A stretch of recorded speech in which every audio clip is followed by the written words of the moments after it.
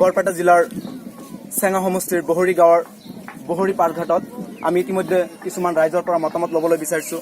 এইবাৰ NRC উন্নতিকৰণ ক্ষেত্ৰত ৰাইজৰ কেনেকুৱা অসুবিধাৰ ক্ষেত্ৰত সন্মুখীন হৈছে সেই ক্ষেত্ৰত আমি কিছুমান মতামত ল'বলৈ বিচাৰিছোঁ। এইবাৰ যে NRC উন্নতিকৰণ ক্ষেত্ৰত আপোনালোকৰ মানে কেনেকুৱা ধৰণৰ মানে ভূমিকা চলি আছে? আমাৰ ভূমিকা এলাকা ভূমিকা চলিছে মোটামুটি তিনিবাৰ আমি হেয়াৰিঙত গেলো। খসৰাত নাম অহাৰ পিছতো কালি আমি হেয়াৰিং আহিলো, যেটো ফিল্ম কৰা বুলি কয় যে আমাৰ বৰদাদা তাৰ ওপৰত ফিল্ম কৰিছিল, তাৰ কাৰণে গেলো। যাৰ পিছত আমাৰ এই কোনো ফিল্ম কৰা মানুহজনৰ তাতে উপস্থিত নাই। তাৰমানে যাৰ নামত মানে অবজেকশ্যন কৰা হৈছিল সেইজন মানুহ, যিজন মানুহে আপোনালোকৰ নামত আপত্তি কৰিছিলে সেইজন ব্যক্তি তাতে উপস্থিত নাছিল। নাই নাই নাই সেই সন্দৰ্ভত আপোনালোকে কি বুলি ভাবে সেইজন ব্যক্তি যে তাতে উপস্থিত নাই? আমাৰ এইটো ভাবি আছে যে আমাৰ অসমত খালি মুছলমানৰ বিৰুদ্ধে আমাৰ অসম চৰকাৰে কৰি আছে। আপোনালোকেতো আমি দেখিবলৈ পাইছো ইয়াতে বহুতো আপোনালোকে দৰিদ্ৰ ঘৰৰ মানুহ, চৰ চাপৰি অঞ্চলৰ আপোনালোকে মানুহ, ইয়াতে আপোনালোকৰ বহুতো টকা পইচা মানে আপোনালোকৰ মানে ব্যয় হৈছে। আপোনালোকে কেইবাৰ মানে হিয়াৰিং হৈছিলে? আমি দুইবাৰ গেছো। আমি ইতিমধ্যে যাবলৈ বিচাৰিছো অন্য এজন ব্যক্তিৰ ওচৰত। মানে NRC উন্নতিকৰণ ক্ষেত্ৰত আপোনালোকৰ মানে কেনেকুৱা মানে হাৰাশাস্তিৰ সন্মুখীন হ'বলগীয়া হৈছে আপোনাৰ?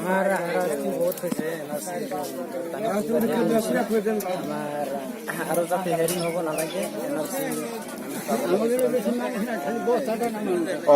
এই মানে বহৰীৰ বাসীয়ে মানে এটাই বিচাৰিছে, তেওঁলোকে মানে যাতে মানে হাৰাশাস্তি নহয়, তেওঁলোকে মানে NRC মানে পাব লাগে সেইটো তেওঁলোকে মানে বিচাৰিছে। আমি এজন এতিয়া মানে যাবলৈ বিচাৰিছে আৰু এজন মানে বহৰী পাৰঘাটৰ এজন ব্যক্তিৰ ওচৰতে। NRCৰ ক্ষেত্ৰত আপোনালোকৰ কেনেকুৱা মানে হাৰাশাস্তিৰ সন্মুখীন হৈছে আপোনালোকে এই ক্ষেত্ৰত? আমার NRC লাগে।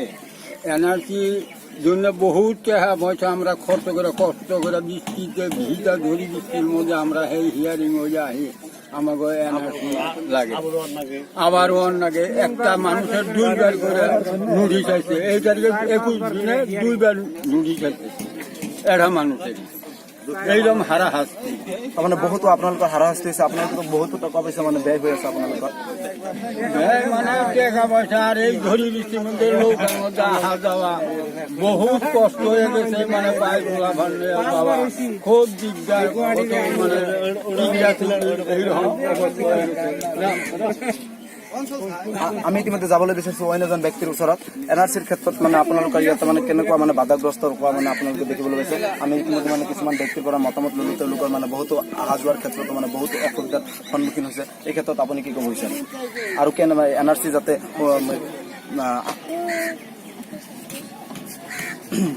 মই আমচুৰ প্ৰতিনিধি হওঁ বৰপেটা জিলাৰ সভাপতি। আপোনালোক সকলোৱে দেখি আছে যোৱা কেইবছৰমান ধৰি অসমত NRCৰ কাম চলি আছে আৰু আমি আমচু তথা ধৰ্মীয় সংখ্যালঘু সমাজে NRCৰ কামত পূৰ্ণ সহযোগিতা আগবঢ়াই আহিছে।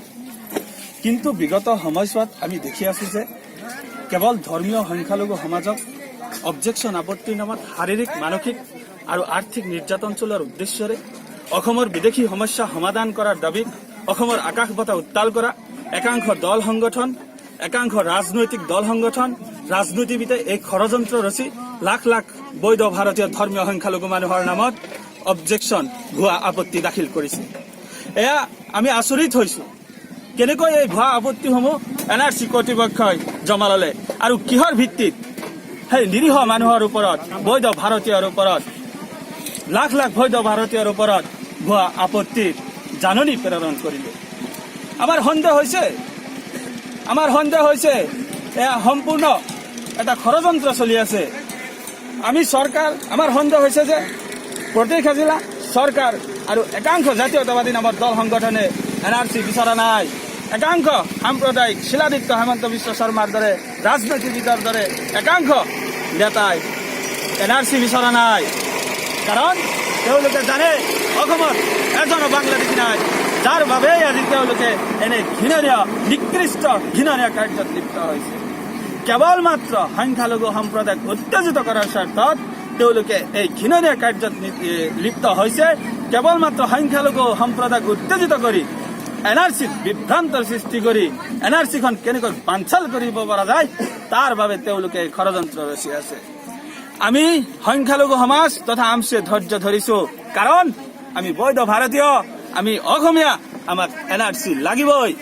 যাৰ বাবে আমি কৈছো যে আমি ধৈৰ্য সহকাৰে মই সমগ্ৰ অসমৰ সংখ্যালঘু ধৰ্মীয় সংখ্যালঘু আৰু ভাষিক সংখ্যালঘু সম্প্ৰদায়ক মই আহ্বান জনাওঁ যে আমি সকলোৱে সংযম কৰিব লাগিব, আমি ধৈৰ্য ধৰিব লাগিব। কাৰণ আমি NRC লাগিব আমাক। যিসকলে বিগত যুগ যুগ ধৰি যিসকলে NRC নামত বাংলাদেশীৰ নামত দোকান খুলি আছে, একাংশ জাতীয়তাবাদী ভণ্ড নেতৃত্ব আৰু একাংশ ৰাজনীতিবিদে শিলাদিত্য হেমন্ত বিশ্ব শৰ্মাৰ দৰে সাম্প্ৰদায়িক ৰাজনীতিবিদে যিসকলে বাংলাদেশীৰ নামত দোকান খুলি আছে, সেই দোকান আমি বন্ধ কৰিব লাগিব, যাৰ বাবে আমাক NRC লাগিব। এইখিনিতে মই সকীয়াই দিছো সেই সাম্প্ৰদায়িক ভণ্ড জাতীয়তাবাদী নেতা তথা সাম্প্ৰদায়িক ৰাজনীতিবিদসকল। আমি সকলোৱে বৈধ ভাৰতীয়, আমি ধৰ্মীয় সংখ্যালঘু সমাজ। আপোনালোকে ইতিমধ্যে গম পাইছে যাৰ বাবে আপোনালোকে এনেকুৱা ঘৃণনীয় কাৰ্যত লিপ্ত হৈছে। কাৰণ আমি বৈধ ভাৰতীয়, আমাক বেছি আপোনালোকে উত্তেজিত কৰি নল'ব। কাৰণ আমি বৈধ ভাৰতীয়, আমি এইখন ভাৰততে থাকিম, আমি এইখন অসমতে থাকিম। ইয়াৰ NRCত আপোনালোকে বেছি হৈচয় নকৰিব। কাৰণ আমি ভাৰতীয়, আমি অসমতে থাকিম। পৰৱৰ্তী সময়ত আপোনালোকৰ যাতে কোনো বাধাৰ সৃষ্টি নহয়, যাতে কোনো উত্তপ্ত পৰিস্থিতি নহয়, যাৰ বাবে আপোনালোকে এই সকলো ষড়যন্ত্ৰ বন্ধ কৰি NRC ভালে ভালে মোকলাই দিয়ক। এইখিনিয়ে মোৰ ক'বলগীয়া। ধন্যবাদ। আমি ধন্যবাদ জ্ঞাপন কৰিছো বৰপেটা জিলাৰ আমচুৰ উপসভাপতি।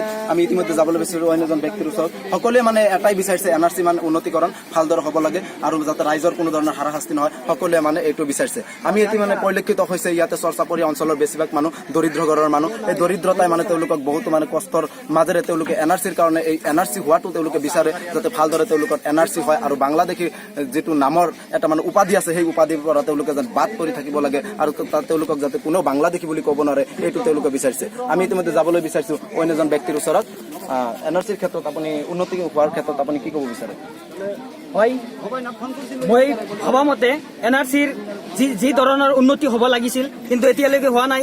আৰু যিটো পৰিস্থিতি, যিটো সাম্প্ৰদায়িক নেতৃত্ব চলি আছে, যিটো অসমত যিটো সাম্প্ৰদায়িকতাবাদ চলি আছে, যিটো ৰাজনীতিক চলি আছে, এই ৰাজনৈতিক ব্যৱস্থাটো সম্পূৰ্ণৰূপে ধৰ্ম নিৰপেক্ষ নহয়। আৰু যাৰ কাৰণে আমি ভৱিষ্যতে NRCৰ লাভালাভ সম্ভাৱ্য নহ'ব বুলি আমিনুল ইছলামক। ইতিমধ্যে সকলোৱে মানে এটাই বিচাৰিছে যে NRC যাতে উন্নতিকৰণ হোৱাৰ কাৰণে চেষ্টা কৰিছে। আমি সকলোকে ধন্যবাদ জনাই ভিডিঅ' সহযোগ নাজিমুলৰ সৈতে ব্যুৰ' ৰিপৰ্ট YT360।